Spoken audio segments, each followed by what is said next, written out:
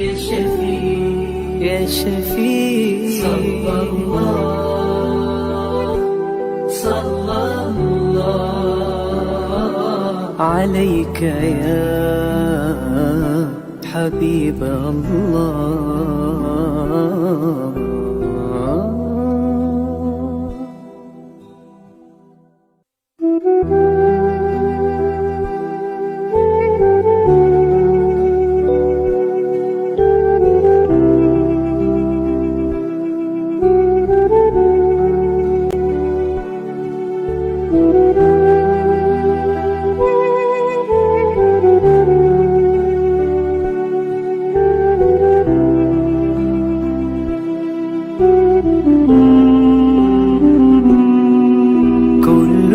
القلوب إلى الحبيب تميل ومعي بذلك شاهد ودليل.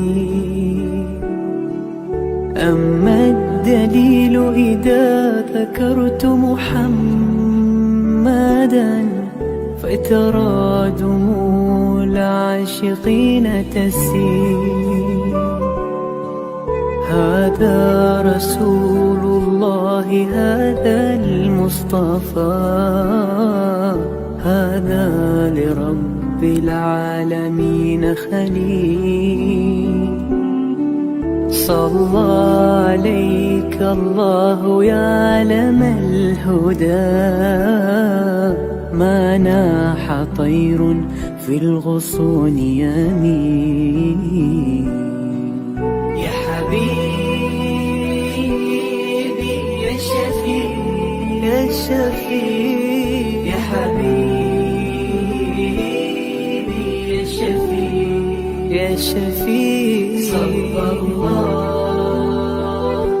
صلى الله عليك يا حبيب الله.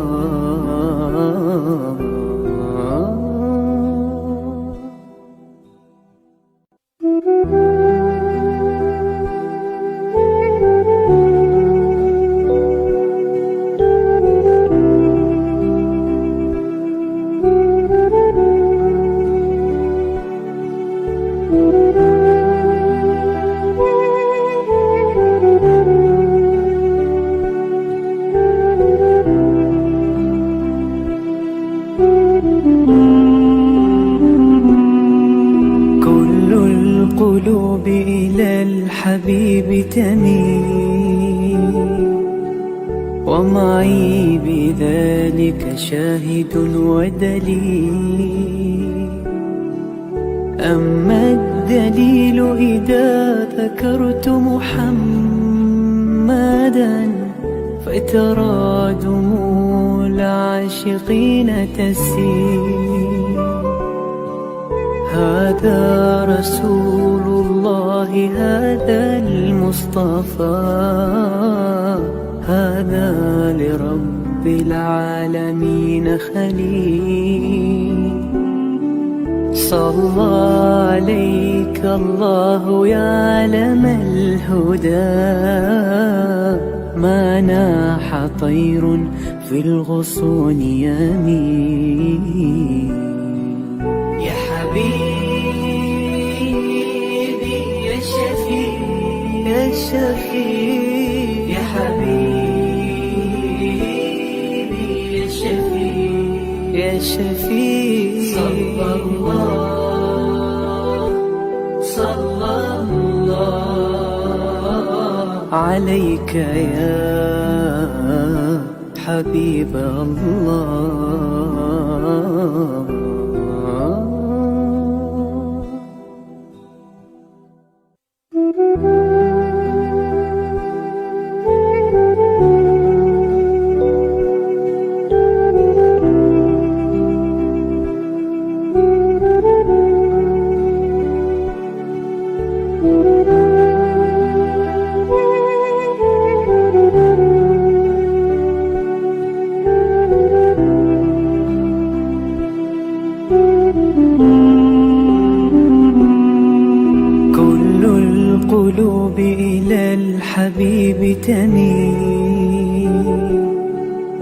ومعي بذلك شاهد ودليل.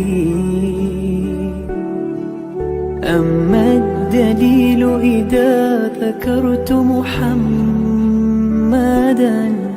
فترى دموع العاشقين تسيل. هذا رسول الله، هذا المصطفى، هذا لرب العالمين خليل. صلى عليك الله يا علم الهدى، ما ناح طير في الغصون يمين. يا حبيبي يا شفيع يا شفيع، يا حبيبي يا شفيع يا شفيع. صلى الله عليك يا حبيب الله.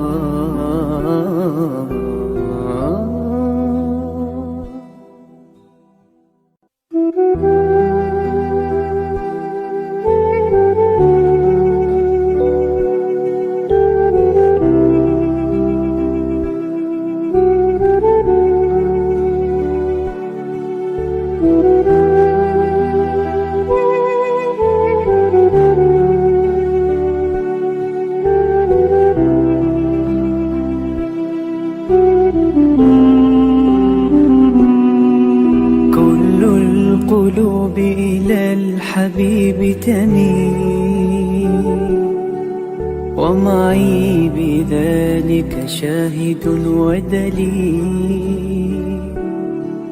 أما الدليل إذا ذكرت محمدا فترى دموع العاشقين تسيل.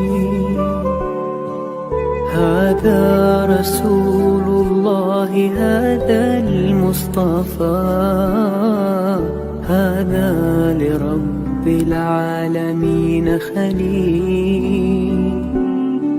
صلى عليك الله يا علم الهدى، ما ناح طير في الغصون يمين. يا حبيبي يا شفيع يا شفيع، يا حبيبي يا شفيع يا شفيع. صلى الله عليك يا حبيب الله.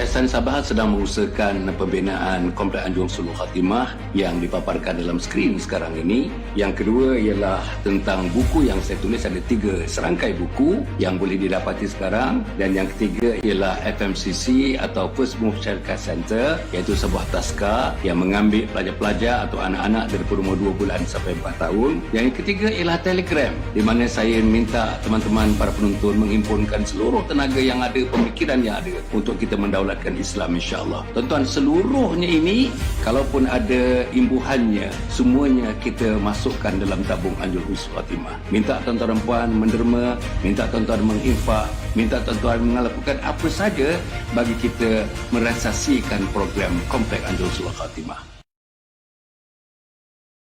Assalamualaikum warahmatullahi wabarakatuh. Alhamdulillahirabbil alamin, wassalatu wassalamu ala asyrafil anbiya'i wal mursalin Sayyidina Muhammadin wa ala alihi wa sahbihi ajma'in. Subhanaka la ilma lana illa ma 'allamtana innaka antal alimul hakim wa la haula wa la quwwata illa billahil aliyyil azim. Wala rabbi shrah li sadri wa yassir li amri wahlul 'uqdatam min lisani yafqahu qawli. Subhanaka la ilma lana illa ma 'allamtana innaka antal alimul hakim. Wala haula wala quwata illa billahil aliyil azim. Qala Allah Ta'ala fi kitabil aziz, a'udzu billahi minasyaitonir rajim. Rabbana hab lana min azwajina wa dhurriyyatina qurrata a'yun waj'alna lil muttaqina imama. Sadaqallahul azim.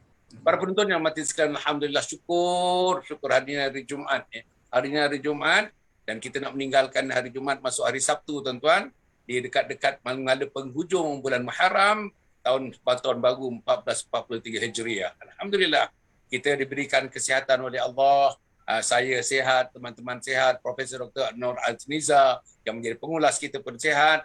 Dan tuan-tuan dan puan, setiap minggu kita ada tetamu-tetamu yang dengan sukarela tuan-tuan dan puan datang untuk mengongsi ilmu dan pengalaman mereka, terutama dalam hal-hal kehidupan berkeluarga, kehidupan bermasyarakat, kehidupan berjiran tetangga. Dan pada malam ini kita lebih khusus tuan-tuan dan puan bercerita mengenai soal pendidikan anak-anak dan sebagainya.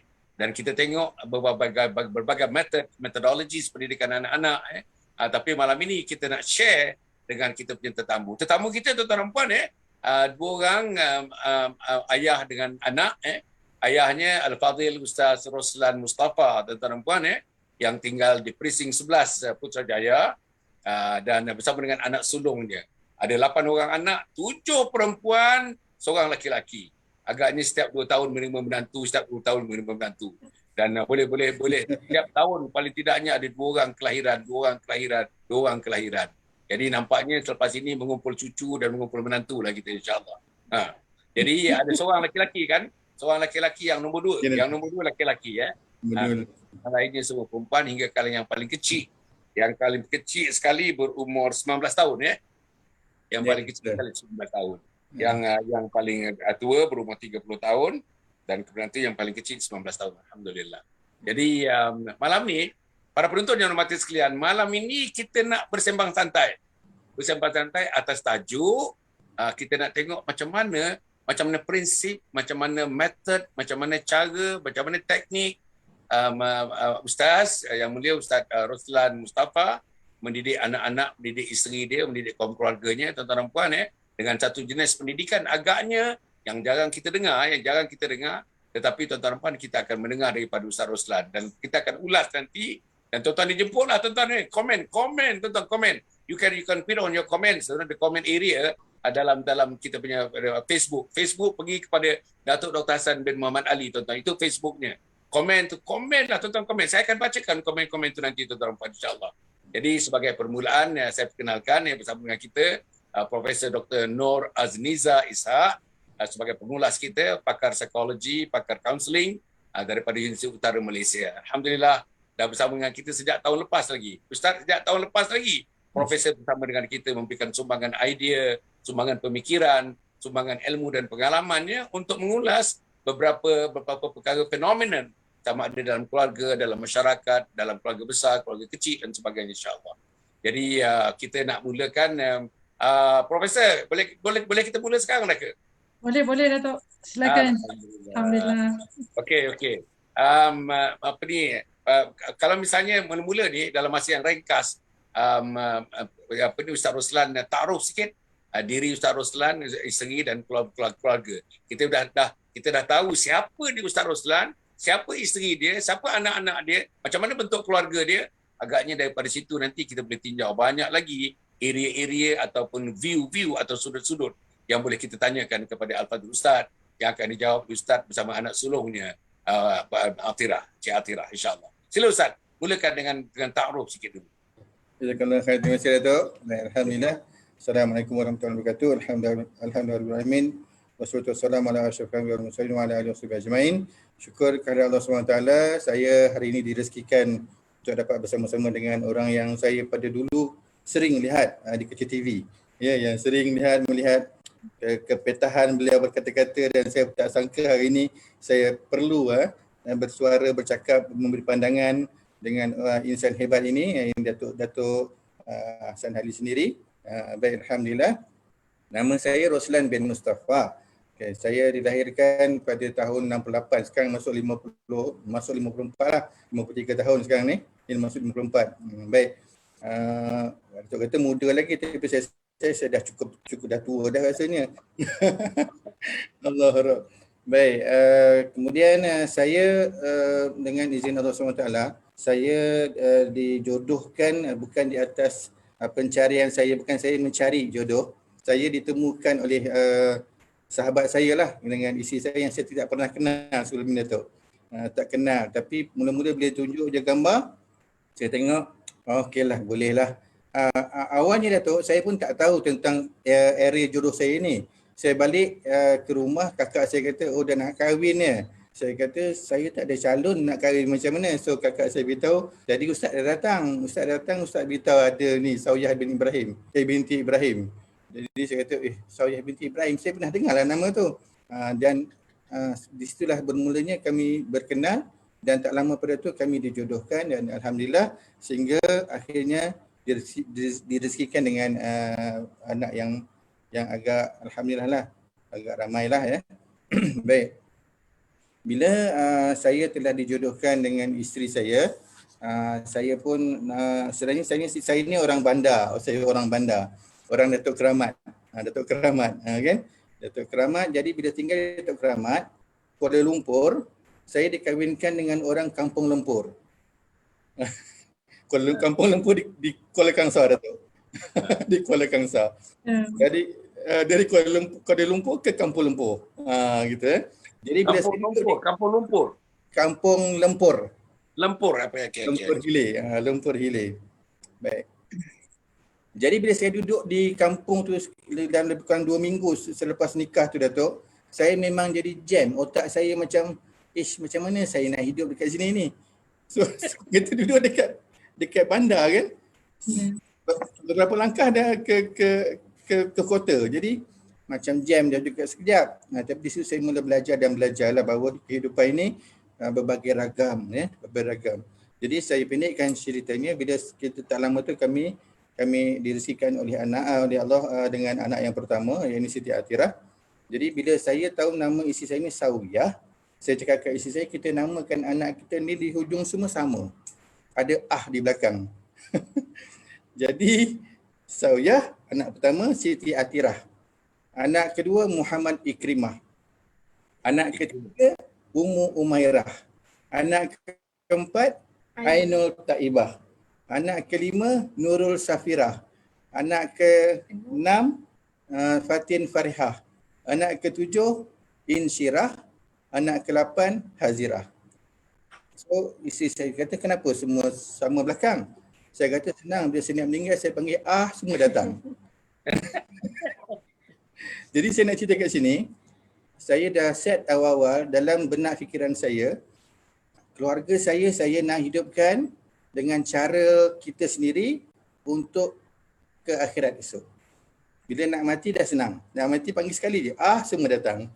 Jadi maksud saya utamakan akhirat, utamakan kematian itu adalah perkara yang paling dasar dalam keluarga yang kita nak bentuk lah. Yang kita nak bentuk.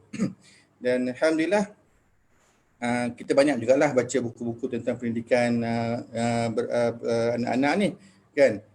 Buku ini termasuklah buku Abdullah Nasir Ulwan dan sebagainya kan. Kita baca dan Dorman pun kita baca, Montessori pun kita baca kan. Dan yang bila saya berjumpa dengan orang-orang lama Datuk, ya Prof. Berjumpa dengan orang lama, orang-orang tua, bila istilah yang saya paling tersangkut dengan istilah orang-orang tua kita adalah ajar anak-anak kau ni santun. Ajar anak-anak kau ni dengan santun. Santun apa ni? Santun apa tu? Santun apa mak?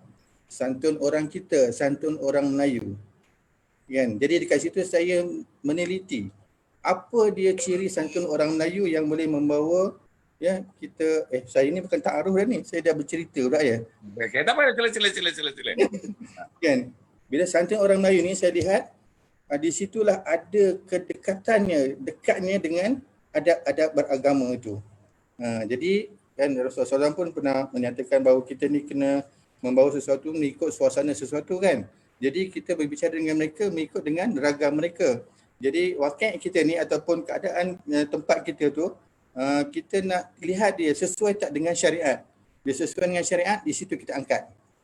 Jadi anak saya yang pertama, saya letak dia, bila dia ada 4 orang adik di bawah dia, 3 orang adik di bawah dia, dan ada lagi adik yang ke-5, ada 4 lagi 3 adik di bawah dia.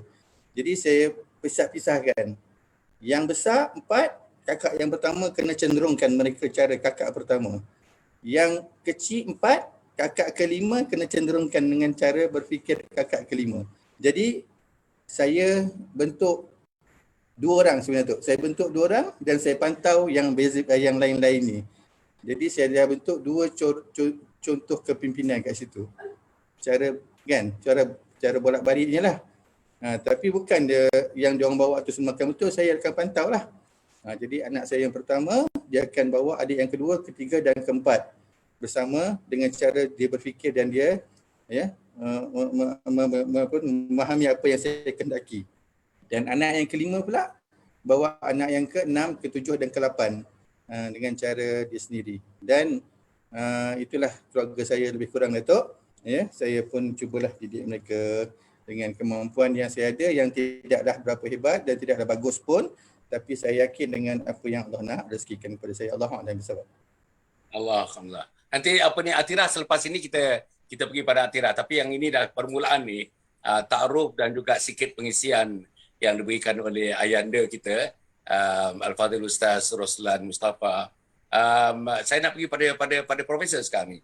Profesor, kalau kita tengok saya nampak yang saya nampak lah, dia daripada awal-awal lagi dah ada perancangan lah, Doktor. Awal-awal lagi dah ada perancangan. Apa yang nak dibuat, apa metod yang nak digunakan, apa istilah-istilahnya, tanya pada orang tua, istilah kesantunan tadi, santunan Melayu tadi istilahnya. Dia nak membesarkan anak menggunakan santunan Melayu, setakat santunan Melayu itu yang selari dengan syariat Allah Subhanahu Wa Taala. Yang pertama. Yang kedua saya tengok tu dia punya perancangan tu, misal dia katakan Atira sebagai anak yang pertama tunjuk contoh, anak yang kedua, ketiga, yang keempat. Betul Kemudian tu yang anak yang kelima tunjuk contoh pula, dia dah bagi dah kepimpinan tu. Tunjuk contoh kepada anak yang ke-6, ke-7 dan ke-8. Jadi saya tengok dahsyatnya daripada awal ni, kahwin saja sebelum dapat anak pun dah dirancang begitu rupa. Masya-Allah, tuan-tuan rampan. Jarang, minta maaf, orang boleh merancang bisnes, orang boleh merancang ladang, orang boleh melancar bisnes kecil, orang boleh melancar F&B, orang boleh melancar berbagai-bagai. Tetapi nak merancang cara Ustaz berancang ni, agaknya jarang kita dengar lah. Macam mana, Doktor? Sila, Doktor. Okey. Terima kasih, Datuk. Bismillahirrahmanirrahim. Terima kasih diucapkan kepada Datuk dan juga kepada Ustaz kan. Jadi alhamdulillah kita dipertemukan pada hari ini. Jadi saya bagi salam dulu. Assalamualaikum warahmatullahi wabarakatuh. Jadi bila dengar Ustaz Roslan cerita tadi, macam flow dia tu sangat cantik, sangat baik. Jadi sebab apabila kita ni orang Melayu, kalau dekat Malaysia ni kita banyak orang Melayu lah. Jadi ikatan kita tu kepada kesantunan. Bukan sekarang aja, tapi daripada dulu-dulu lagi. Sampai sekarang ni kita dedahkan kepada masyarakat kita tentang perkataan santuni. Yang kita santuni. Jadi maksud dia, kalau dari segi psikologi manusia, apabila dia dilahirkan dengan fitrah dia, maksud dia perlukan kepada sandaran, rasa hormat dan sebagainya. Jadi apabila kita meletakkan keperluan itu kepada keadaan fitrah dia tu, mengikut fitrah dia, maka sebab itu apa yang dibuat itu pun dia penuh dalam keadaan yang bersedia, merancang, kemudian dia tahu apa yang dia nak build up dalam peribadi setiap orang yang dia bertanggungjawab. Maksud dia yang Ustaz bertanggungjawab tadi, kalau kata 8 orang anak, maksud dia kita bertanggungjawab kepada 8 orang anak itu untuk membantu anak-anak tersebut menjadi seorang manusia yang mulia, yang terpuji dalam keadaan itu. Jadi dalam apabila diceritakan itu, bila elok perancangan dia dan apabila dia ada track untuk diikuti, maka anak-anak ni dia tidak lahir dalam keadaan dia tahu semua. Sebab anak-anak dilahirkan dalam keadaan yang dia serba naif, macam-macam. So dalam keadaan itu, kita ni yang akan mencorakkan dia. Jadi tanpa kita sedari, kita kata tak apa, dia kecil lagi, dia bukan tahu apa. Padahal apabila lahir saja manusia itu, walaupun daripada dalam perut, kan, walaupun dari dalam perut, kemudian bila lahir, daripada kita kata hari pertama lahir pun sampai ke sekarang, sampai dia dewasa dan sebagainya, sebenarnya dia ada fitrah dia untuk dia mengikut apa saja bentuk education itu. Cumanya pattern of education tu dia akan berbeza. Dia akan berbeza. Jadi apabila perancangan itu diletakkan, jadi maksudnya mungkin anak pertama try and error, anak yang kedua dia dah ready sikit, anak ketiga dah mula rasa matang, anak yang keempat dia ambil anak pertama untuk educate anak yang kelima dan sebagainya. Maka dalam keadaan itu dia bersama-sama dalam family tersebut untuk menyebabkan keadaan itu dia bersedia dan juga dia merancang dan dia menunjukkan keadaan tersebut supaya boleh dilalui dalam bentuk yang rasa hormat, rasa selesa, rasa seronoklah berada dalam satu-satu keluarga tersebut. Jadi bagi saya, tahniahlah saya ucap pada tahniah awal, Datuk. Maksudnya tahniah di bahagian awal, kerana apabila perkataan santuni itu dibawa, bagi saya semua orang akan suka. Sebab manusia ni realiti dia suka orang layan, sebab dia sandaran dia tu kepada persekitaran tersebut. Masya Allah. Doktor, saya nak tanya, doktor ni suka makan buah pulasan ke, doktor? Pulasan kebetulan mak mertua saya dia tanam. Jadi sampai sekarang saya jaga pokok tu. Jadi alhamdulillah saya suka tu. Saya timbulkan sebab tu saya tengok curtain tu warna pulasan, udung warna pulasan, warna pulasan dan bunga tu pun warna pulasan. Itu. Dia kombinasi warna untuk keselesaan. Alhamdulillah. Okey, apa ni kita nak pergi? Para penonton yang mati sekalian, saya nak pergi balik dua-dua sekali Ustaz dengan Atirah ni. Kita nak mengatakan punya perancangan dia, doktor, sehingga kan namanya pun ujungnya semuanya ujungnya okay. Jadi maknanya kalau dia kata dia sakit, panggil anak setengah aja semuanya datang, tak payah sebut satu-satu daripada awal nama dan sebagainya. Itu maknanya perancangan, maknanya daripada awal. Dari segi nama pun sudah dirancangkan, nama pun serap-serap, Insyirah misalnya. Ada surah dalam Al-Quran, surah Insyirah. Jadi maknanya alhamdulillah lah, ini semuanya saya rasa lah kena memang dia punya terbit, bukan terbit spontan begitu saja. Sudah tentu dari perancangan, dan saya rasa dia punya pembantu kepada perancangan ataupun dia punya alter ego satu lagi yang menjadikan perancangan ini sudah tentunya lah sang isteri, orang Kuala Kangsar, Kampung Lempur Kuala Kangsar. Jadi saya nak tanya tadi sikit tentang apa pengisiannya. Okey, kita dah letakkan lebih kurang perancangan kita. Macam mana pengisiannya? Terutamanya anak pertama namanya Siti Atirah ni. Apa pengisian dia? Dan pengisian anak yang pertama yang nak jadikan ketua pada anak nombor 2, nombor 3, nombor 4. Dan apa pula pengisiannya? Ada tak berbeza pengisian dengan anak yang kelima? Setelah kita isteri melahirkan 4 orang anak tu, anak yang kelima tu yang akan menjaga adik anak yang ke-6, yang ke-7, yang ke-8 dan sebagainya. Ada tak perbezaan-perbezaannya dari segi pengisian? Mengisi, sama ada mengisi masa, mengisi ruang dan sebagainya, supaya anak-anak ini mengikut apa yang dihajatkan oleh Ustaz Roslan dan apa yang dihajatkan oleh Puan Sawiah, Puan Sawiah Ibrahim itu. Macam apa pengisian dia? Sila Puan Ustaz. Jazakallah khair. Baik, terima kasih Datuk. Baik, sebenarnya begini Datuk ya, bila Atirah menjadi anak yang menjadi ketua, yang dalam adik-beradik dia, walaupun dia ada adik lelaki kan, tetapi dia mesti memahami saya. Atirah kena memahami saya. Jadi dia sering kena ikut saya, dan apa yang saya isi dalam dia adalah membangunkan jiwa dia. Membangunkan jiwa dia untuk mengenali Tuhannya dan Rasulnya, juga mengenali budaya tempat dia dilahirkan. Itu yang kita pupuk dalam diri Atirah itu sendiri.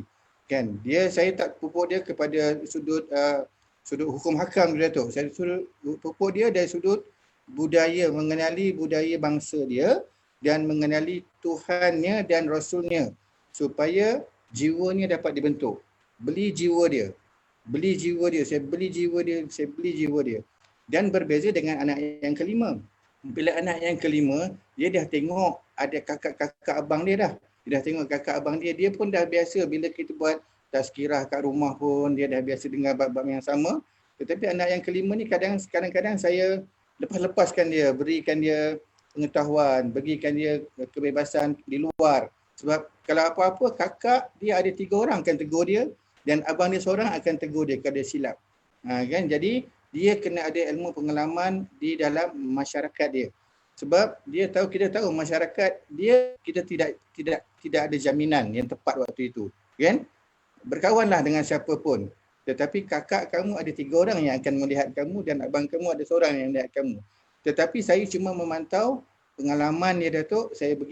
Saya akan didik dia dan pengalaman dia. Macam ni Safira. Kita ni hidup kena macam ni Safira. Saya mula memberi dia teknik-teknik ataupun pedoman-pedoman. Contoh, kalau misalnya kita Datuk ya, dia ada masalah apa-apa. Dia ada hadapi masalah dengan kawan-kawan sekerja dia ke, saya kata macam inilah Safira. Kita yang kena bentuk diri kita itu lebih mudah daripada kita membentuk orang lain. Kalau kita nak bentuk orang lain, belum tentu orang akan dapat ikut bentuk kita. Kita bentuk diri kita. Jadi Safira kena bentuk diri Safira menjadi orang yang mempunyai ciri-ciri takwa. Apa ciri takwa tu Abi? Dia tanya kan. Ciri seorang bertakwa tu ada 4, saya kata. Kan? Saya cuma bagi tips-tips macam tu Datuk. Bagi tips-tips kepada dia dan dia pegang all the tips. Cuma tips tu dia pegang. Jadi orang bertakwa tu ada 4. Apa dia Abi? Pertama, ingat 2 perkara. Kedua, lupa 2 perkara. Ketiga, buat apa yang Allah suruh. Yang keempat, tinggal apa yang Allah murka. Jadi dia kata, apa 2 perkara yang kita kena ingat? Saya teranglah 2 perkara itu, ingat kebaikan orang, ingat kesilapan kita. Lupa 2 perkara, lupa kebaikan kita dan lupa kesilapan orang. Jadi dia cuba bentuk diri dia lah dengan tips-tips yang kita bagilah. Ya? Jadi dia lebih terdedah kepada macam mana dia ilmu khibrah, ilmu pengalaman. Macam anak yang pertama dan kedua, dia akan bawa adik-adik kedua, yang ketiga dan keempat, ilmu tentang jiwa, menjiwai. Kan? Beli jiwa. Kalau adik merajuk, beli jiwa dia. Adik ni salah, ya betul dia salah, tapi Atirah kena beli jiwa dia. Jangan terus hukum dia. Jadi maksudnya Atirah kena banyak kepada benda-benda yang dalaman, benda-benda yang berbentuk membentuk Allahumma salli ala Muhammad. Korbankan hak diri untuk mengutamakan hak orang lain selagi dia bertepatan dengan syarak. Itu bab Atirah. Bab Safirah pula kan, dia banyak menjadi contoh kepada masyarakat dia, kawan-kawan dia, supaya orang dapat mencontohi dia, berani ke depan, berani buat sesuatu. Dia kena ada sifat berani, sifat kependekaran tu, sifat serikandi tu dia kena ada. Inilah ciri-ciri orang Melayu. Orang Melayu tu berani, tetapi kadang-kadang berani tu janganlah melulu, kan? Berani itu kenalah berakal. Jadi benda-benda ni yang kita bentuk kepada anak yang kelima dan membawa adik yang ke bawah. Jadi lebih kurang begitu Datuk pengisian yang kita bentukkan. Okey, saya nak minta Atirah mencelah sikit perkara ni kan ya. Bila ayah dah plan pengisian begitu ya. Pengisian yang pertama mestilah tentang kejiwaan ini. Jiwa tauhid, jiwa mentauhidkan Allah Subhanahu Wa Taala, jiwa kita mentaati ataupun memuliakan Nabi Muhammad sallallahu alaihi wasallam, dan juga pada masa yang sama memasukkan ciri-ciri santunan Melayu ciri-ciri santunan Melayu. Saya ingat semuanya berpandukan pada falsafah-falsafah. Saya tengok mengorbankan hak diri untuk kebaikan orang lain misalnya. Ini falsafah.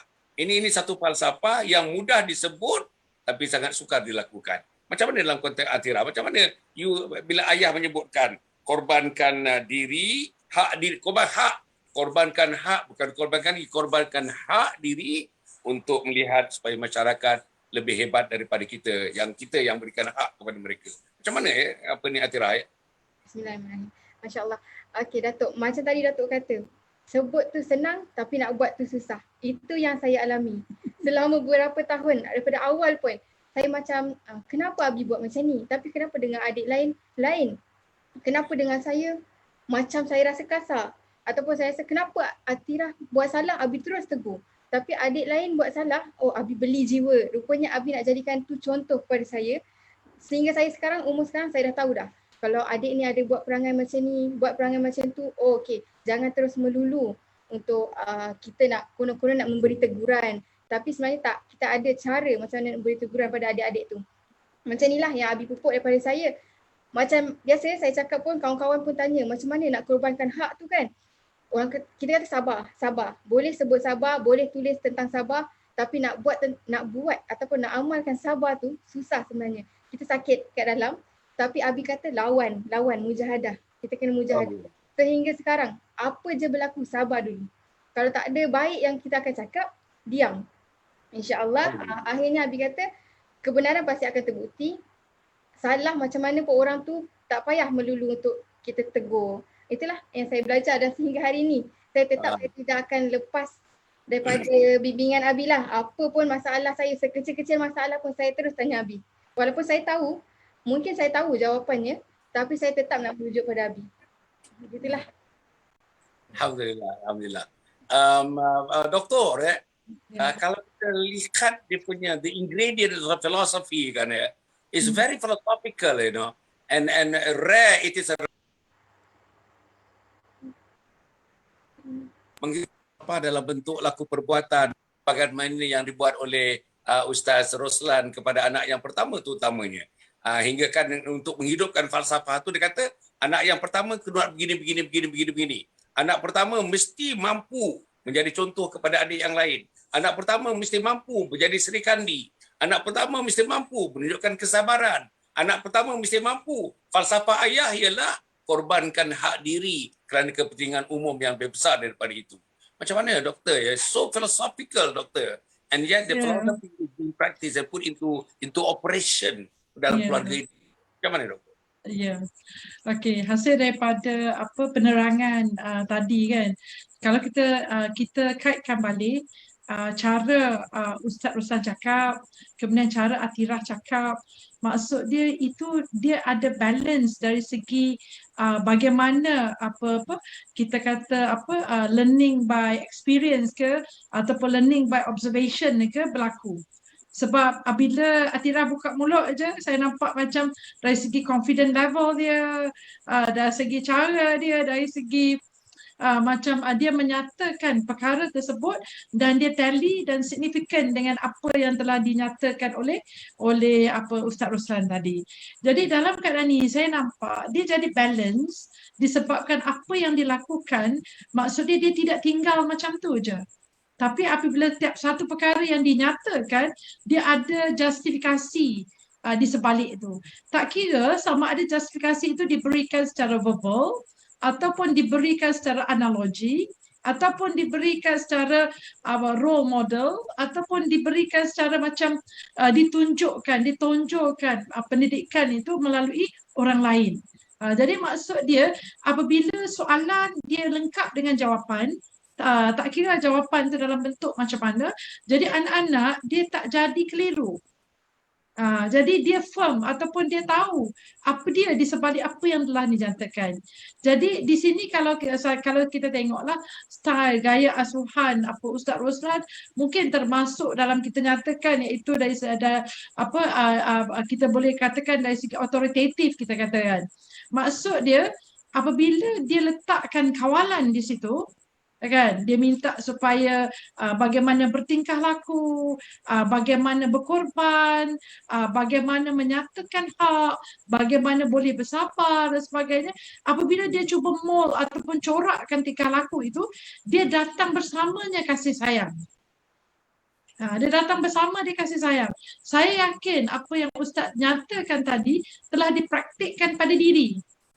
Dan mungkin kalau kita tanya sikit lagi Datuk, mungkin kita boleh cerita dari segi salah silap ataupun dari segi keturunan Ustaz, maksudnya bagaimana ibu bapa Ustaz pula dan juga bagaimana ibu bapa isteri Ustaz pula yang mencorakkan keadaan ini. yang merasakan bahawa inilah sistem sosial bagi keluarga Ustaz Roslan yang dibentuk. Maksud dia mungkin ada pantun ke pepatah ke yang dipegangkan, kita pun tak tahu kan, pantun pepatah ke ataupun apa ideologi ataupun kita kata idea-idea yang dicetuskan dalam bentuk penceritaan ke naratif ke dan sebagainya. Sebenarnya kalau kita tengoklah metod dalam bentuk-bentuk terapi ni, Datuk dan Ustaz, kalau kita tengok dia tidak terbatas dalam bentuk cakap-cakap macam kita cakap ni, tapi dia di sebalik penceritaan contohnya, di sebalik puisi contohnya, dia di sebalik kita katakan sajak dan sebagainya. Dia terkandung perkara yang tersembunyi, yang hasil daripada apa yang kita nak nyatakan secara direct tak boleh. Tapi kupasan itu dia boleh berlaku. Sebab itu kita ada poem punya terapi. Jadi maksud dia apa kita kata apa dari segi art terapi dan sebagainya, maksud dia mungkin sebelum ini Ustaz Roslan telah mempelajari ataupun telah dibentangkan dalam keadaan gaya hidup yang sangat sopan dan bersopan santun dan sebagainya. So itu telah diterapkan dalam bentuk education. Tapi dengan cara didikan gaya asuhan otoritatif yang saya katakan tadi, penuh dengan kawalan, tapi dalam masa yang sama penuh dengan hormat, kasih sayang dan meletakkan satu-satu perkara itu sesuai pada umur anak itu. Jadi sesuai pada umur anak itu. Maksud dia ustaz letakkan tanggungjawab tu kepada anak sulung. Anak sulung kena buat macam ni, baru anak kedua akan ikut, anak ketiga akan ikut, anak keempat akan ikut. Maksud dia dalam keadaan itu di samping mendidik anak sulung, jadi maksud dia ustaz telah meneruskan perkara tersebut dengan anak-anak yang lain supaya dia boleh melihat bahawa setiap satu itu ada cara dia. Tak semestinya kalau tak dapat kena marah. Tapi kalau tak dapat macam mana nak beli jiwa tu? Kan? Jadi nak beli jiwa perlu tak kita cakap dalam keadaan yang nada tinggi, ataupun cukup sekadar tepuk-tepuk belakang, kan? Peluk ke, sayang ke, kan? Sekejap lagi tolong ke, buat apa ke. Jadi maksud dia dalam keadaan itu dia boleh give and take dalam bentuk itu, dan pendidikan by experience, dia learning experience ni dia sangat cantik untuk dinyatakan, sebab peringkat umur anak itu berbeza-beza dan di situ dia akan capture apa yang terbaik untuk diri mereka. Dan bagi saya hasil daripada kawalan yang tinggi, perancangan yang dibuat dan sebagainya, dan memberikan sepenuh kasih sayang dan perhatian, itulah yang telah membentuk bagaimana personality Atirah yang ada sekarang. Alhamdulillah. Memang saya tengok daripada perkataan yang pertama Atirah tu, gaya duduk dia, gaya tangan dia, gaya bercakap dia, perkataan dia, susunan dia confident lah. The word is confident, a confident young lady, very confident. Dan ini saya rasa didikan daripada ayahnya, tuan-tuan. Confident ini, ialah kalau kita ambil confident, ambil apa ni ustaz kalau kita ambil daripada santunan Melayu tentang confident ni kan macam mana? Tadi ada doktor menyebutkan sumber-sumbernya syair ke, pantun ke, gurindam ke, seroka ke, puisi ke, sumber nak cari santunan ni. Oh banyak kalau kita tengok dalam pantun-pantun Melayu, dalam syair-syair Melayu, cukup banyak. Tetapi saya oleh kerana kita dah moden dan sebagainya, kita tinggalkan benda-benda tu. Yang baik, tuan-tuan nampak, terlalu banyak yang baik sebenarnya.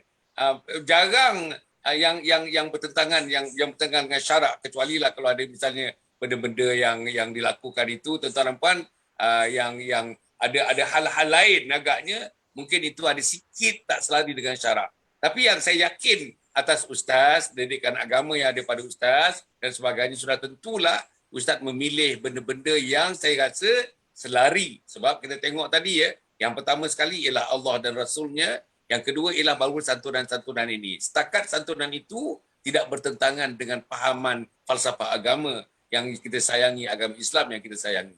Jadi soalan saya Ustaz macam mana kita nak adjust ke, nak menyesuaikan. Ambil kita misalnya layan tetamu lah.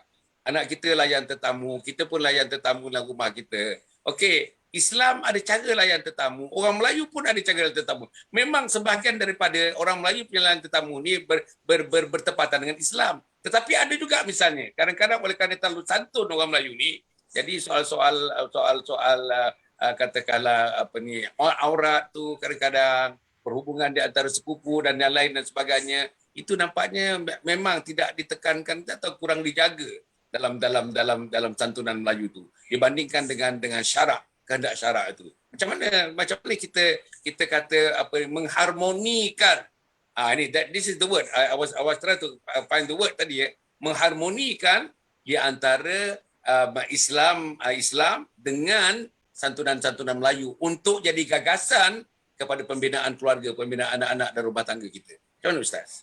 Masya-Allah, tabarakallah. Beginilah Datuk. Mungkin Datuk sebab saya dah sebut dari awal-awal, saya memang anak orang bandar, duduk di Datuk Keramat.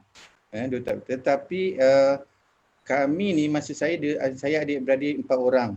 Saya 2 orang lelaki, 2 orang perempuan, kakak dan adik yang bongsu perempuan.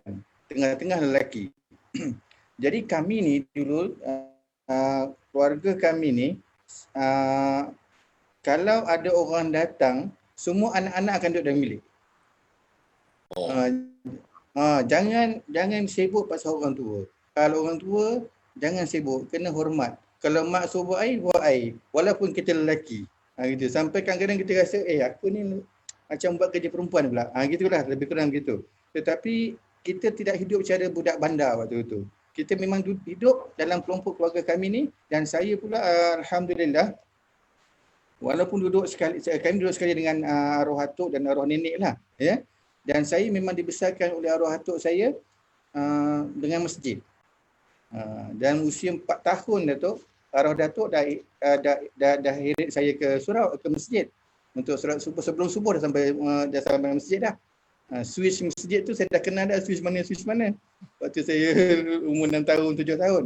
Kan? Jadi memang dah dibesarkan dengan cara orang kampung Datuk, orang Melayu. Masjid, rumah itu memang perjalanan anak-anak. Kan bukan bila sebut orang Melayu, bukan orang Melayu moden sekarang. Bukan orang Melayu moden sekarang. Kalau orang Melayu moden sekarang, kau tak apalah, buatlah apa dulu, nanti sampai masa kau dah faham, kau pergilah cari surau, carilah masjid. Tidak. Keluarga kami tidak begitu. Mungkin di atas dasar keluarga itulah saya melihat dan saya rasa saya mencari lagi.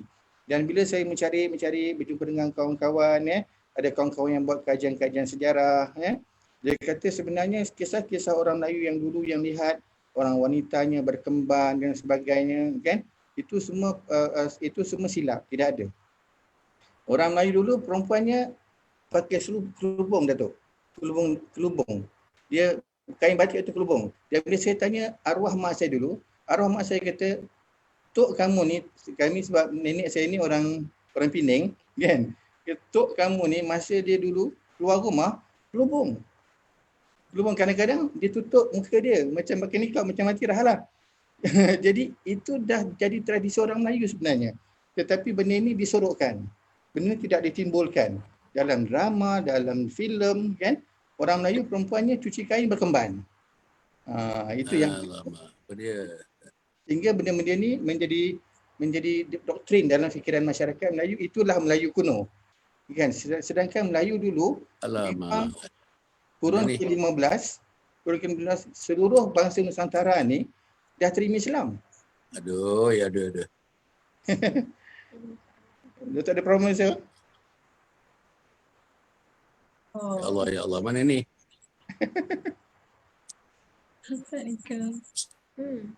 Aduh. Kita tunggu Datuk ya. Ya.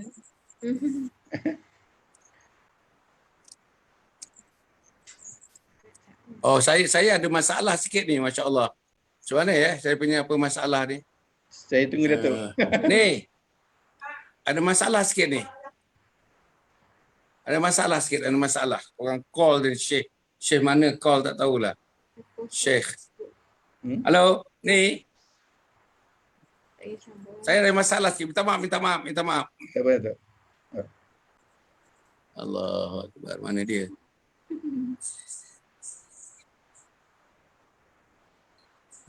Tak tahu, ada call masuk tadi. Syekh mana tak tahu nak call. Satu.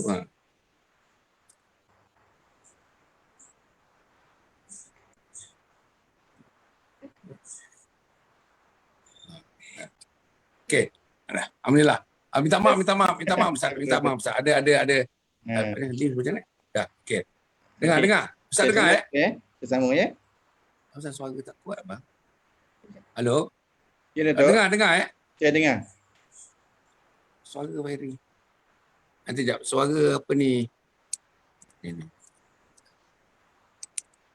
Halo? Dah. Halo Ustaz. Ya Datuk.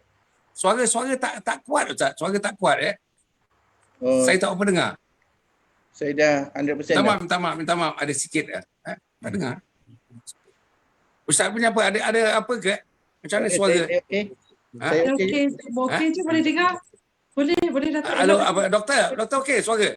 Suara okey? Okey? Tak macam tersepit. Suara macam tersepit. Doktor pun suara macam tersepit. Tapi saya clear je dengar Ustaz dengan ni. Tersepit tu. Doktor makan pulasan kot. Allah hai.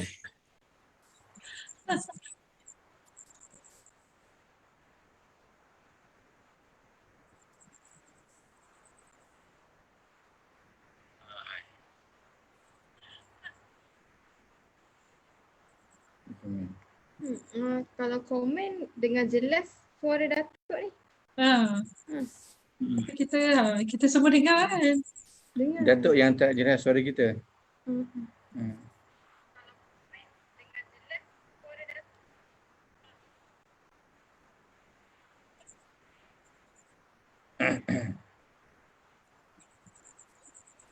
Tapi betul lah Prof.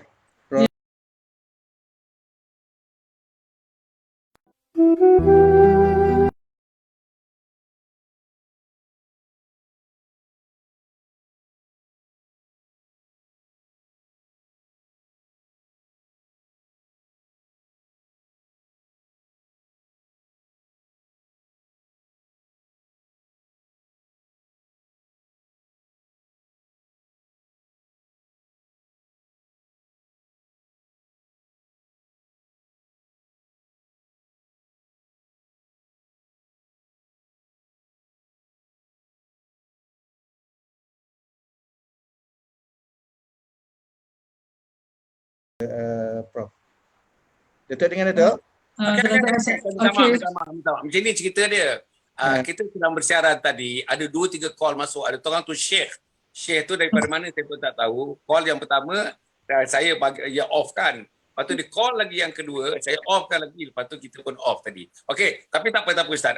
Jadi maknanya kita berbincang tadi tentang santunan Melayu. Ustaz pun dah jawab tentang macam mana berkelubungnya nenek-nenek kita dan sebagainya, bahkan seperti nikab nenek-nenek kita dan sebagainya. Jadi maknanya dari segi penyesuaian, saya nak tanya Atira sekarang ini, dari segi penyesuaian tu dengan masyarakat keliling, tinggal di precinct 11 sudah tentulah dengannya sedang operate F&B restoran dan sebagainya, diusahakan oleh bersama 4 orang adik-beradik untuk mengusahakannya. Sudah tentulah banyak bertemu dengan orang, banyak berjumpa pelanggan, marketing pun kena dibuat, marketing dalam bentuk barangan-barangan perlu dibuat, marketing dalam bentuk membagi tahu orang kita punya tempat kedai makan kita pun perlu dibuat, melayan tetamu pun dibuat, melayan customer pun perlu dibuat.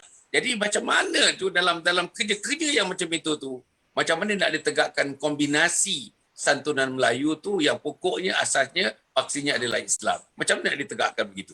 Yang diajar oleh ayah kita untuk hidup dan menghidupkan santunan Melayu dengan Islam itu dalam operasi kerja harian kita ni. Macam mana Atira? Okey.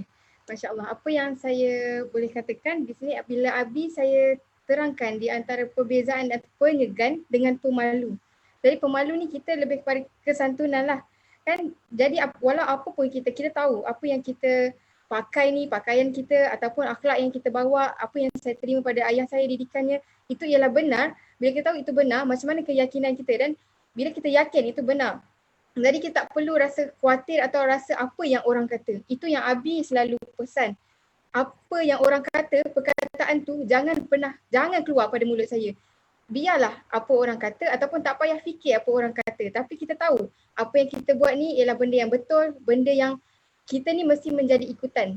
Bukan kita kita ni mesti diikuti oleh orang lah, ikutan kepada orang. Jangan kita hanya mengikut-ikut orang. Kalau pada fasa ni orang itu begitu, kita pun nak ikut begitu.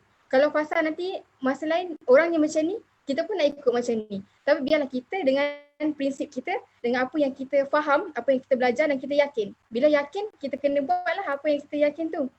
Contoh yang saya boleh bagi tahu masa dulu pakai niqab ni, budak remaja pakai niqab sangatlah kurang. Saya nak cari niqab pun susah pada ketika tu. Tapi bila Abi kata benda ni baik, benda ni saya nak, benda baik. Kenapa saya nak malu? Apa orang katalah, malulah. Tapi saya nak, saya buat. Saya yakin saya buat. Saya teruskan. Kemudian bila kami adik-beradik dipanggil di stesen TV, TV3, saya fikir, saya tanya Abi, perlu ke Atirah buka niqab? Sedangkan Atirah memang pakai niqab. Tapi Abi kata, teruskan. Saya tanya dengan penerbit TV3 tu, boleh ke saya pakai niqab? Dia kata kalau itu awak teruskan je lah. Jadi saya fikir sini, saya tak perlu fikir apa orang kata. Itulah apa yang saya belajar pada Abi. Jangan fikirkan orang, buat apa yang kita faham. Alhamdulillah. Penting tu tuan-tuan. Sangat penting. Kalau kita nak melakukan sesuatu, agaknya yang pada pandangan masyarakat asing bagi masyarakat, kalau kita nak ikut selera masyarakat, agaknya sampai bila tak tertegaklah. Santunan Melayu dengan Islam itu tidak tertegak. Tapi kalau misalnya atas dasar persetankan apa orang kata, yang kita ni adalah benar, jalan kita adalah benar, Allah bersama dengan orang yang benar, insya-Allah go on, carry on. Itu juga kita appear dalam TV3 tadi, ada program TV3. Tanya Abi, macam mana dengan nikah ni? Okey, Abi kata kena teruskan pakai. Tanya pula penerbit, dia kata boleh, tak ada masalah, boleh pakai. Inilah tuan-tuan dan puan jadi tapi kita ni kadang-kadang salah anggap. Kita kadang-kadang tarik diri, malu. Itu sebab malunya. Nak malu dengan siapa? Malu dengan manusia ke malu dengan Allah Subhanahu Wa Taala? Itu pilihan kita lah. Kalau malu dengan manusia, tengoklah. Ada masanya pakai, ada masanya tak pakai. Pergi sekolah pakai tudung, balik sekolah tak pakai tudung. Pergi shopping tak pakai tudung. Pagi-pagi lah. Tuan-tuan dan puan. Jadi, doktor kita kembali kepada Dr. Nur Azriza untuk mengulas perkara ini. Maknanya, tengok dia punya prinsip. Saya rasa is a very principle centered. This family is very principle centered. Very, very, extremely principle centered. Dan atas dasar principle centricity itulah dia dapat menjulangkan kepada saya satu kejayaan yang membanggakan. Saya pun bangga sebenarnya apa yang diajarkan oleh Ustaz kepada anak-anak. Kalau boleh saya toleh ke belakang menjadi orang muda balik macam Ustaz. Mungkin saya akan ikut sebahagian daripada apa yang Ustaz buat itu kepada anak-anak. Macam mana doktor Sila doktor. Ya, okey. Ya Datuk, tadi bila saya dengar Atirah cerita dan sebagainya, menunjukkan dia punya firm tu. Dia punya firm dan dia confident dengan apa yang ada dalam diri dia. Sebenarnya itulah perkara yang hendak dibentuk kepada Atirah dan juga mungkin adik-beradik yang lain dan di sini Ustaz telah berjaya meletakkan perbezaan antara perkara yang wajib perkara yang wajib dan perkara yang ada pilihan di situ dan apabila boleh membandingkan antara yang wajib dengan yang ada pilihan, maka manusia tu dia ada track kehidupan dia dan hala tuju dia jelas. Dan di sini kalau kita kata dalam keadaan ini Ustaz telah membina satu clear roles kita panggil. Maksudnya peranan yang jelas yang telah diletakkan. Tapi walaupun Ustaz nyatakan keadaan tersebut, saya nampak cara Atirah jawab dia bukan paksaan. Tapi dia adalah perkara yang difahamkan, tapi dia nampak benda tu sebati dan itulah antara perkara yang kombinasi antara apa yang Datuk katakan tadi, apabila meletakkan Islam itu dan bercampur dengan santunan Melayu tersebut. Sebenarnya apa yang ada dalam masyarakat Melayu tu, sebenarnya keseluruhan perkara tersebut apabila dia ada embedded pula dengan Islam punya rules and regulation, dia jadi cantik lagi lah. Sebab kalau kita tengok adab kita tak tahu daripada awal kita duk kata kita kena suara, jangan meninggikan suara kepada ibu bapa, kepada ibu bapa kita. Yang tu dah mak bapak duduk cerita daripada awal-awal dulu, dan dia adalah selari dengan apa yang diletakkan dalam Al-Quran tentang kita tak boleh ke dengan mak bapak. Maksud dia dalam keadaan itu sebenarnya apa yang telah dicorakkan dalam masyarakat tu, sopan santun dan sebagainya tu, bukan bermaksud kita surrender, kita menyerah, kita meletakkan semua tu biarlah orang lain buatlah, ikut sajalah apa yang orang buat. Tadi perkara-perkara tersebut ada pada Atirah, menunjukkan kalau kata pakai niqab tu, dia adalah sebahagian daripada diri dia, yang mana pegangan dia, maksudnya dia bagus dan dia tidak pun menyebabkan masalah kepada orang lain dan sebagainya. So di situ kita teruskan. Maksudnya dalam keadaan itu kita kata dia dalam diri pun dia firm dan dia tahu apa yang dia buat, dan dalam sosial pun dia ada kemahiran sosial juga, yang mana apa yang dia buat akan mencorakkan dalam etika sosial tersebut.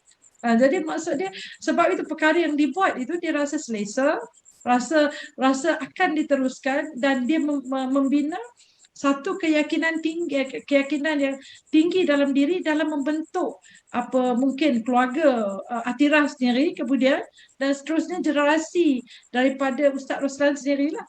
Maksud dia perkara tersebut dia cantik sebab kita tahu apa yang kita buat. Kadang-kadang kalau kita nak meletakkan persepsi, kan, sebab kita kata-kata orang kata nanti orang kata apa, so kita mempersepsikan. Sebenarnya orang tak sempat berkata kat kita, tapi kita sendiri, maksud dia internal factor dalam diri. Jadi dalam keadaan itu, apabila otak kita capture je orang kata, so kita tak buat disebabkan takut orang kata, tapi orang pun tak sempat nak tengok kita pun. Jadi begitulah keadaan itu telah dibentuk dalam diri Atirah, yang mana dia firm. Maksud dia dalam keadaan itu dia jelas. Dalam Al-Quran kata apa, dalam pendidikan kata apa, dalam kesantunan Melayu kata apa, dalam adab dan adat kata apa. Maksud dia blend. Dan bila dia blend itu, perkara yang boleh kita sinkronisekan, dia melengkapkan kehidupan kita untuk menjadi sistem keluarga yang kita ada rules and regulation kita dan sesuai dengan kita. Itulah pandangan saya, Datuk. Alah, bagus. Masya Allah. Masya Allah. Tuan-tuan, nampaknya tuan-tuan, doktor kita approve semualah. Ustaz, apa yang saya buat tu, nampaknya sehingga ini macam blanket approval lah, Ustaz. Masya Allah. Masya Allah. Betul, saya tambah sikit, Datuk. Kalau misalnya orang yang berpengalaman, orang yang pengetahuan macam doktor tu bagi approval kepada apa yang dibuat, dan terbukti dalam bentuk manusia yang dipaparkan sekarang, Siti Atirah namanya, macam mana confidentnya, macam mana mempertahankan prinsipnya, very principle centered oleh young lady. Ini benda-benda yang saya rasa lah betul-betul tuan-tuan para penonton yang hormati sekalian, sepatutnya ini menjadi ibrah, menjadi contoh tauladan dan suri tauladan kepada kehidupan kita, insya-Allah. Saya nak tanya satu soalan lagi tentang ni, Atirah dengan Ustaz dia. Macam mana peranan sang isteri kita, Puan Sawiyah Ibrahim ni? Nampaknya Puan Sawiyah Ibrahim dalam kita berbincang daripada tadi ni, kecuali macam saya tadi terganggu sikit tadi, kita tak sebut langsung ni tentang peranan Sawiyah Ibrahim ni. Di mana dia sebenarnya dalam konteks kita membina anak, mendidik anak, mendidik keluarga dan sebagainya, hingga menjadi manusia macam Atirah, menjadi manusia Atirah plus nombor 2, nombor 3, nombor 4, kemudian tu nombor 5, nombor 6, nombor 7, nombor 8 tu. Macam mana? Macam mana peranan Puan Sawiyah Ibrahim itu? Sebelum habis sambung, saya cakap sikit. Umi saya ni, saya menjadikan idola paling baik dalam hidup saya. Memang Umi saya lah. Kalau boleh saya nak jadi macam dia. Sambung habis. Okey, baik. Ni saya sebelum jawab soalan Datuk, saya nak jelaskan sikit tentang macam mana saya bentuk Atirah dalam dia melaksanakan satu kata, satu perbuatan atau satu amalan dia lah. Contohnya dalam niqab tadi kan. Saya cakap Atirah sebelum apa-apa yang Atirah nak buat amal, pertama Atirah kena tahu tentang apa yang kita nak buat tu. Setelah dah tahu, kemudian Atirah kena faham sungguh-sungguh apa yang Atirah tahu tu. Kemudian setelah faham, Atirah kena yakin dengan apa yang Atirah faham tu. Selepas tu barulah beramal dengan apa yang Atirah yakin. Jadi bila dia ada kat situ Datuk, Prof, dia tidak tergoncang dia punya jiwa bila dia dicabar, dia ditohmah, dia dikata dan sebagainya. Kerana dia dah faham. Tetapi dalam beramal itu pula, dia kena istiqamah beramal, bermujahadah dalam melaksanakan istiqamah tersebut. Kemudian dia kena ada tempat rujuk. Kalau dia ada apa-apa masalah yang dia tak tahu, dan sentiasa berdoa kepada Allah Subhanahu Wa Taala. Sebenarnya inilah semua ke-8 syarat ini, inilah santun orang Melayu sebenar-benarnya, kan? Sebab orang Melayu dulu dia tidak buat sesuatu benda yang dia tak tahu. Yang buat dia tak tahu tu bukan santun orang Melayu, itu Melayu yang tergopoh-gopoh. Orang Melayu yang santun ini dia buat sesuatu yang dia tahu. Kan orang tu pun sebut, dia kata jangan buat apa yang kamu tak tahu. Jadi benda ni kita kena faham. Contoh ya, dulu ayah saya selalu cerita kat saya tentang kisah Hang Nadim. Hang Nadim. Ayah kata, Lan, kau nanti kau jangan jadi macam Hang Nadim. Kenapa pula? Ya kan Hang Nadim tu menyelamatkan Singapura. Betul. Kerana dia melawan orang tua dan melawan orang-orang yang berkuasa. Macam mana tu? Yalah orang dulu fikir macam mana nak halang Todak melanggar Singapura. Dia kata letak batang pisang. Sedangkan masa tu dia tidak ada kekuatan, dia budak kecil lagi. Bila Todak tak dapat nak tikam orang dan tertanam dengan batang pisang, maka Singapura selamat. Kata ayah dia cerita termasik kan. Jadi saya pun selalu fikir benda tu. Saya fikir benda tu, saya kata iyalah betul. Dan dalam Islam pun, Imam Ghazali pun sentiasa menasihatkan kita supaya memberi penghormatan kepada orang yang lebih tua.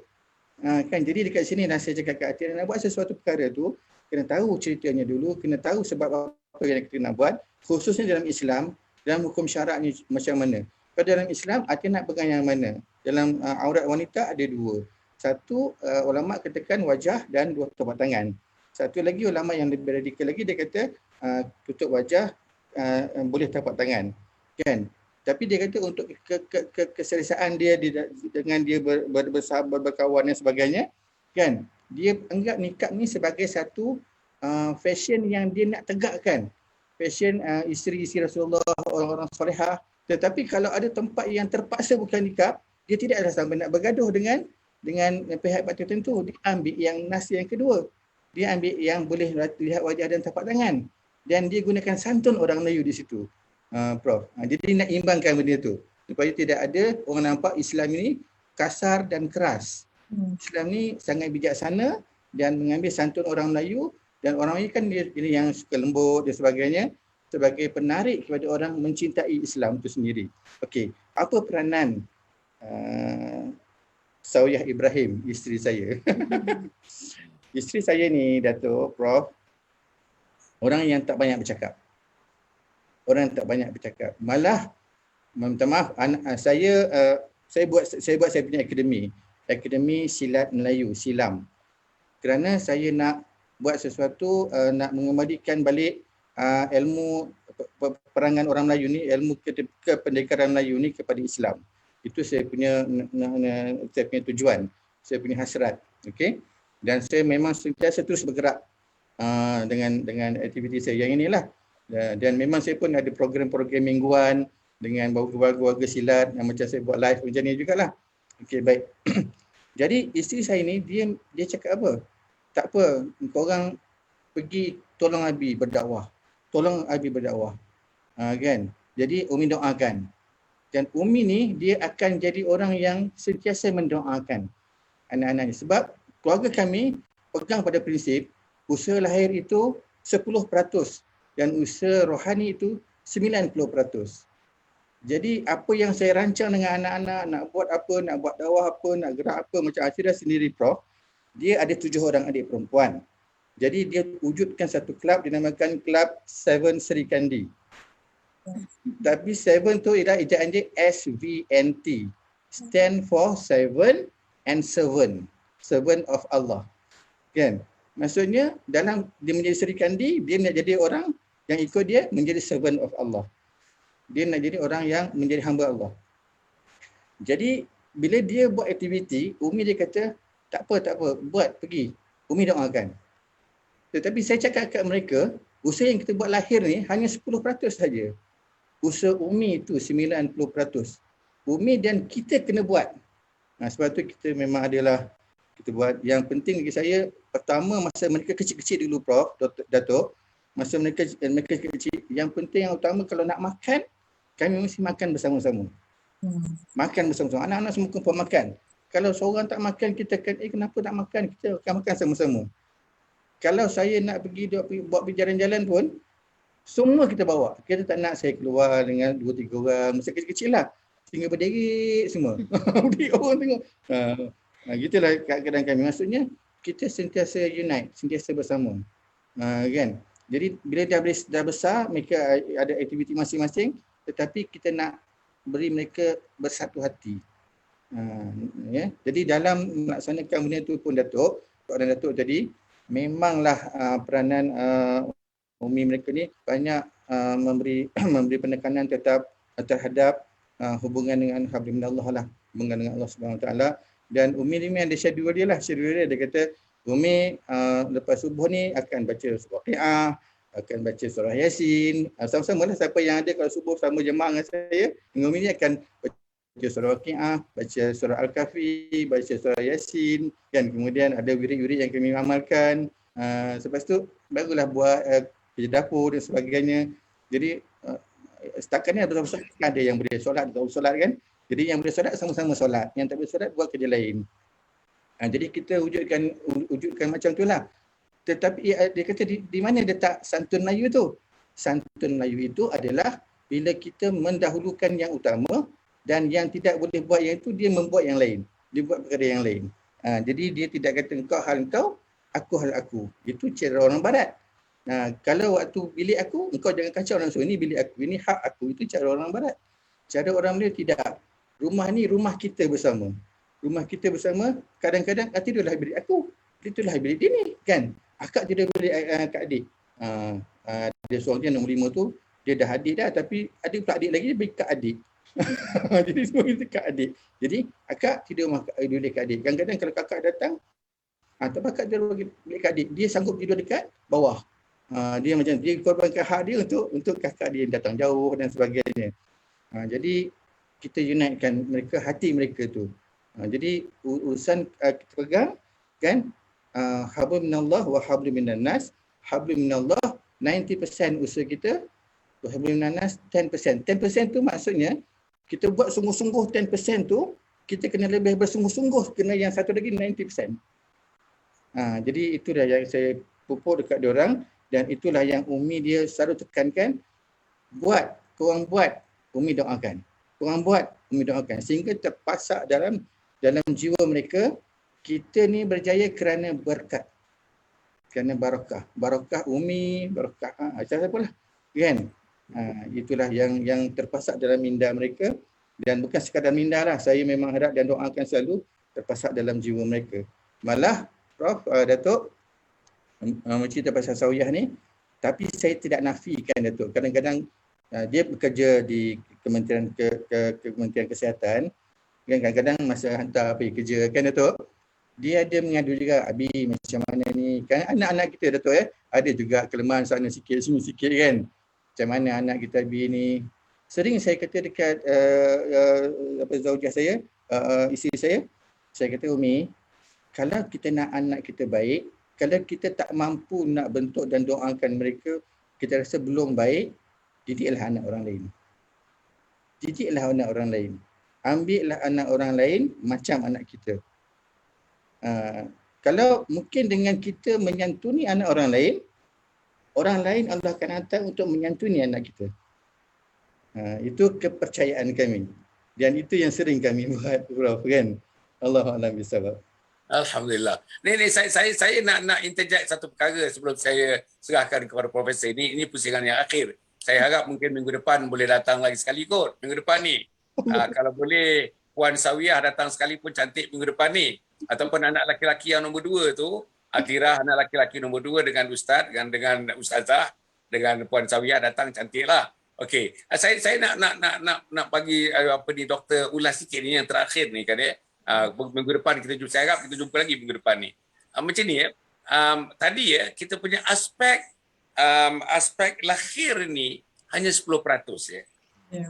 Aspek spiritual dalam hidup kita berkeluarga ni, mendidik dan sebagainya, isteri, suami dan anak-anak, itu 90%. 90%. Maknanya dia punya degree of religiosity, religion itu memanglah 90%. Asas kokoh, yang kokoh macam benteng tu adalah agama.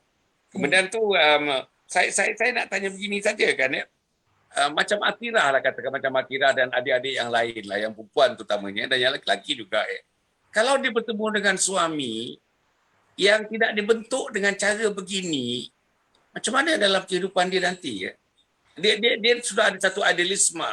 Contoh idealisme dia ialah dia punya role model dia, bapa dia dengan mak dia. Tapi bila dia bersuami, katakanlah suami itu tidak masuk dalam kumpulan kategori ini. Suami itu katakanlah pendidikan barat, sekular dan sebagainya, bukan 10% aspek lahir, 90% aspek dalaman, aspek kerohanian, tapi suami itu the reverse is true, agaknya 90% itu yang lahir, 10% aspek dalaman. Macam mana dia nak menyesuaikan diri dia? Saya takut kalau timbul masalah macam mana caranya. Aku dididik ayah aku begini, prinsip didikannya begini, falsafah didikannya begini, tiba-tiba aku dijodohkan dengan orang yang begini. Insya Allah menjodohkannya. Macam mana dalam suasana itu? Saya nak serahkan pada doktor. Doktor macam mana doktor? Ya, okey Datuk. Jadi saya nak balik kepada apa yang Ustaz Roslan ceritakan tadi. Rupanya Datuk, sebenarnya saya boleh katakan, kategorikan Ustaz Roslan telah banyak ilmu psikologi dia. Telah banyak ilmu psikologi dia. Antaranya Datuk, sebenarnya apabila prinsip perubahan sikap seseorang, maksudnya dia nak ubah behavior dia. Yang pertama sekali, mesti dia kena faham dulu. Tadi flow kepada apa yang Ustaz cerita tadi tu, maksudnya yang pertama kita kena bagi dia faham dulu untuk dia ubah tu. Apa yang nak kena ubah, kenapa kena ubah, mungkin dari segi kesan perubahan dan sebagainya, dia faham. Selepas dia faham, dia akan patuh. Dia dah rasa selesa, dia dah rasa dia patuh dan sebagainya. Maksudnya dia dalam keadaan itu, apabila dia patuh, dia akan regular akan buat perkara tersebut. Jadi kadang-kadang tak payah suruh pun dia akan buat perkara tersebut. Jadi maksud dia dah mula patuh. Dan seterusnya, apabila last kali, iaitu kita tengok tak payah orang suruh, dia pula akan ada peningkatan untuk diri dia sendiri, dia akan cuba cari secara kreatif apa nak buat perubahan lagi dan sebagainya. Yang tu peringkat kita internalize dia. Rupanya 3 perkara ni yang telah diletakkan dalam teori psikologi perubahan sikap manusia telah di-apply oleh Ustaz Roslan tadi. Maksudnya itu antara benda yang telah dilaksanakan dan diamalkan. Diamalkan bersama-sama untuk merge antara santunan bagi orang Melayu dan sebagainya tadi, dia merge pula dengan religiosity tadi. Jadi sebab itu kita nampak gabungan itu dia sangat menarik. Dia sangat menarik sebab dia memenuhi apa keperluan manusia. Sebab manusia ni yang tadi dia perlu kepada sandaran tadi. Jadi dia ada sandaran kepada Allah Subhanahu Wa Taala, yang tu yang core dia, rujukan utama, apa panduan dan sebagainya. Maksudnya Al-Quran dan Sunnah dan sebagainya, dia dah terapkan awal. Tapi di samping itu, untuk mengelokkan lagi, dia Ustaz telah menggunakan kita kata tradisi bagi orang Melayu itu sendiri. Jadi tradisi orang Melayu itu sendiri, kesantunan dia very polite. Jadi kalau nampak orang tua dan sebagainya, kita tunduk dan yang kita give way dan sebagainya, itu antara penerapan yang mana dia melengkapkan yang core tadi. Jadi maksudnya kita pun taat, jadi kita akur dengan Allah Subhanahu Wa Taala. Jadi sebenarnya kita buat perkara yang sama juga dalam behavior kita tu. Jadi menyebabkan keselesaan dalam kehidupan kita dan apabila digabungkan pula dengan pengharapan itu. Pengharapan di sini Ustaz telah menyatakan banyak kali, dan Atira pun menyatakan banyak kali, iaitu 10% dia usaha. Tapi sebenarnya apa? Maksudnya kita usaha kepada maksudnya meletakkan harapan usaha. Bukan kita tak berusaha. Tapi usaha tu dia sungguh-sungguh lah. Tapi harapan kepada usaha. Rupanya dalam ilmu psikologi manusia ni Datuk, dia kita panggil expectation. Yang mana expectation tu dia kena level. Dan dia ada level. Kalau kita banyak sangat expect, perkara itu tidak berlaku, bukan rezeki kita, Allah tak bagi lagi dekat kita, kalau kita tak berharap pada Allah dan kita tak letakkan 90% spiritual tadi tu, keberkatan, rezeki dan sebagainya, maka kita akan fail, kita akan rasa kita fail. Di situ kita akan bermusuhan dengan Allah Subhanahu Wa Taala.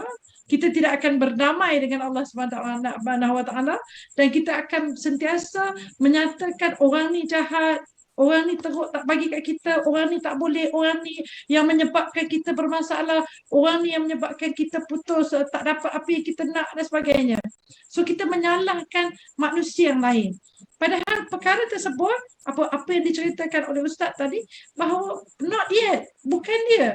Dan mungkin Allah nak bagi kita yang lebih baik kepada keadaan tersebut. Jadi pergantungan itu telah diterapkan. Dan bila diterapkan, itu maksudnya dia lengkaplah untuk kehidupan manusia tersebut. Kalau saya yakinlah dalam turun naik perniagaan dan sebagainya, mungkin ada turun naik itu ada perkara yang kita dapat, ada juga perkara yang kita tak dapat. Tapi hasil dari bangunan pembangunan dalam diri itu 10 dengan 90 itu, maka pengharapan pergantungan tu. Maksudnya kalau tak boleh cara ni, mungkin Allah nak tunjuk cara lain. Mungkin bukan dalam bidang ni, mungkin dalam bidang yang lain. Jadi bila pergantungan tu kuat, maka kita berdamai dengan Allah Subhanahu Wa Taala. Sebab itu nampak gabungan itu dia sangat cantik. Itulah hasilnya santunan itu bersama dengan religiosity tadi. Jadi bagi saya lah, kalau kata santunan saja, tidak ada pergantungan yang kuat tadi, kita akan konflik dengan expectation. Dan di situ orang akan stres, kesihatan mental, masalah, rasa unfinished dengan Allah Subhanahu Wa Taala, rasa duk marah kepada Allah Subhanahu Wa Taala, kenapa buat macam ni. Jadi maksudnya apabila combination itu tidak berlaku.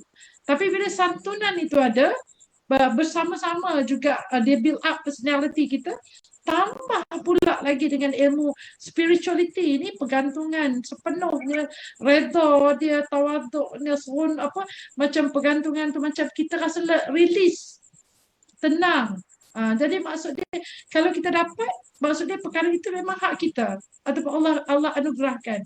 Tapi kalau kita tak dapat perkara tersebut, bukan hak kita.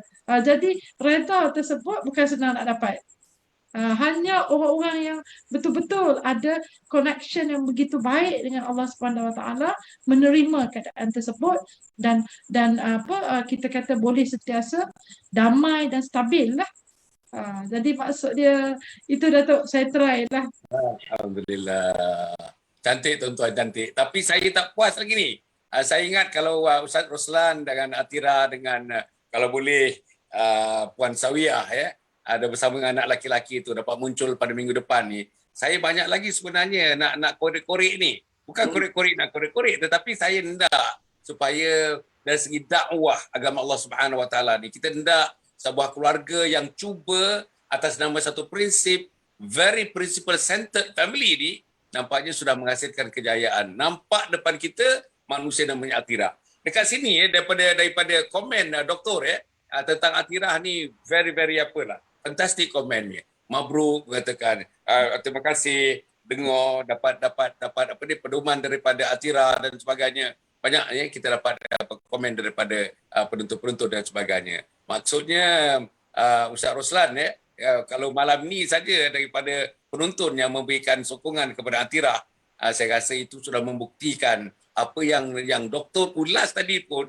saya rasa very much in conformity lah, parallel lah, sama dengan penonton punya ulasan dengan apa yang disebutkan oleh doktor kita tadi. Alhamdulillah. Jadi saya rasa saya lepas ni akan hubung balik pada Ustaz untuk mendapatkan kepastian minggu depan.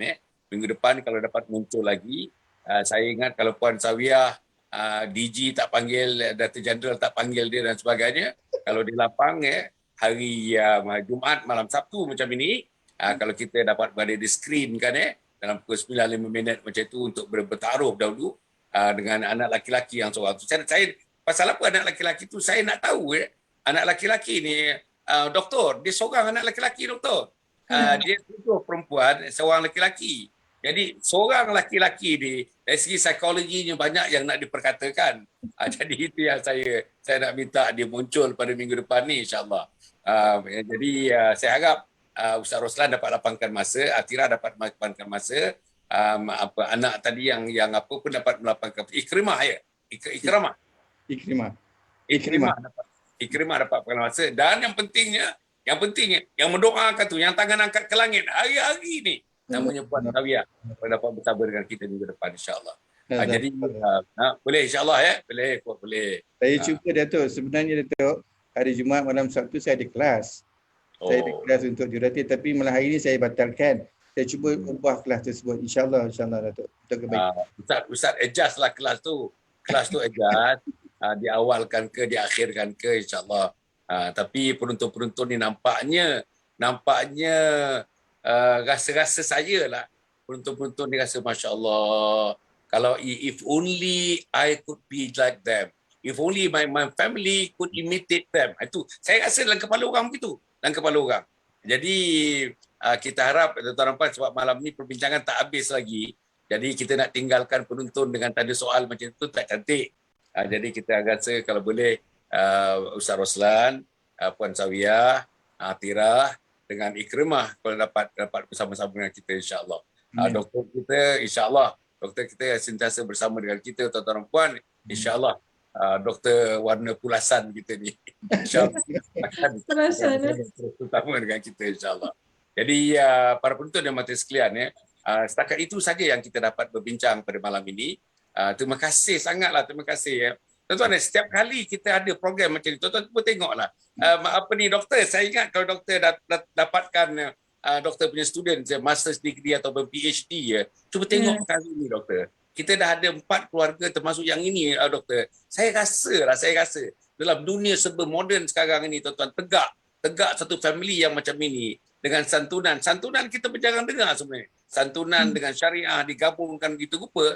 Kalau misalnya ada doktor boleh cadangkan dengan master student atau PhD student, tengoklah benda ni. Agaknya itu satu yang praktikal, bukan hipotesa lagi. Maknanya sudah merupakan satu alam nyata dalam kehidupan mereka insya-Allah.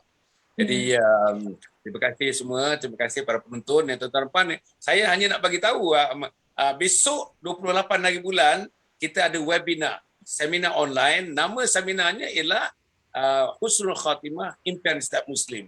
Husnul Khatimah Impian Setiap Muslim bermula pada pukul 9.30 pagi sampai pukul 1 tengah hari. Saya dengan Ustaz Nur Hizam akan mengendalikan program ini insya-Allah tuan-tuan. Saya minta mungkin dah tutuplah tuan-tuan. Kita hanya nakkan 500 orang saja sebab apps kita boleh tampung setakat 500 orang saja. Percuma tuan-tuan, percuma. Bukan bayar duit apa-apa pun. Inilah dakwah kita, inilah yang kita buat untuk meletakkan dakwah Allah Subhanahu Wa Taala di hadapan dalam kehidupan kita ini. Yang kehadiran Ustaz Roslan dengan Atira pun ini adalah satu daripada dakwah yang kita cuba sangat. Ada kebaikan-kebaikan kena share. Hadis kata kalau ada satu kebaikan, share. Kalau ada makanan kita masak-masak tuan-tuan, jiran-jiran tetangga kita tercium bau sup dan sebagainya, maka kita kena hantar satu mangkuk, mungkin kuahnya saja, orang yang mencium bau sup kita di keliling rumah kita. Begitulah tuan-tuan, kita nak raikan teman-teman, nak raikan masyarakat dan sebagainya insya-Allah. Begitu jugalah dengan program ini sebagai satu keraian ilmu, keraian pengalaman, keraian pendidikan, keraian kemahiran kepada teman-teman yang mengikuti program ini insya-Allah.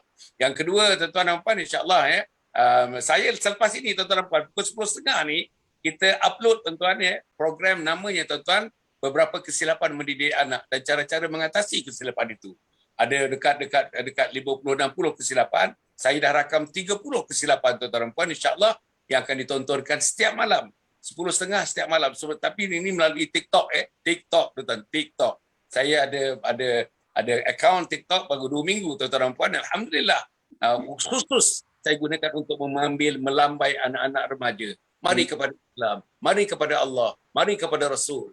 Dan tuan-tuan dan puan, saya tengok dalam TikTok ni, orang kata, saya pun selama ni pandangan TikTok ni, banyak mengarut ni. Tapi tuan-tuan tengok syarat dengan ilmu-ilmu agama. Yang tentang Quran aja tuan-tuan puan yang saya tengok tak kurang daripada 20-30 tuan-tuan puan orang yang menggunakan TikTok ni untuk Al-Quran. Begitu juga untuk akidah, untuk syariah. Dan selebriti-selebriti ustaz, kebanyakan ustaz selebriti kita ada dalam TikTok boleh jumpa. TikTok ni pula tuan-tuan dan puan dia pendek-pendek. Satu-satu persembahan dalam 1 minit, 2 minit, 3 minit. Maksimum 3 minit. Kalau yang live tu bolehlah dalam 10 minit, 15 minit dan sebagainya. Jadi tuan-tuan dan puan ini adalah satu medium, satu platform yang kita gunakan atas nama dakwah insya-Allah. Jadi tuan-tuan boleh tengok tuan-tuan dan puan kita ni dari Yayasan Sabaha ni kita gunakan YouTube kita ada, Facebook kita ada, Twitter kita ada, Instagram kita ada, tuan-tuan Telegram kita ada, TikTok kita ada. Insya-Allah semuanya untuk kita pergi pada segmen-segmen population yang berbeza-beza. Jadi tuan-tuan dan puan insya-Allah mudah-mudahan atas nama dakwah mari kita raikan. Malam ni TikTok tuan-tuan. TikTok insya-Allah sebelum ni kita uploadkan tuan-tuan dan puan. Apa dia? Mungkin kita rasakan kesilapan yang nombor 2 atau nombor 3 kesilapan kita mendidik anak dan cara-cara mengatasinya insya-Allah. Jadi tuan-tuan dan puan jangan lupa saya harap tuan-tuan dan puan besok pagi kepada siapa yang sudah mendaftar tuan-tuan dan puan pukul 9 dah kena ada lah. Kita nak mula tepat pukul 9.30 besok pagi insya-Allah.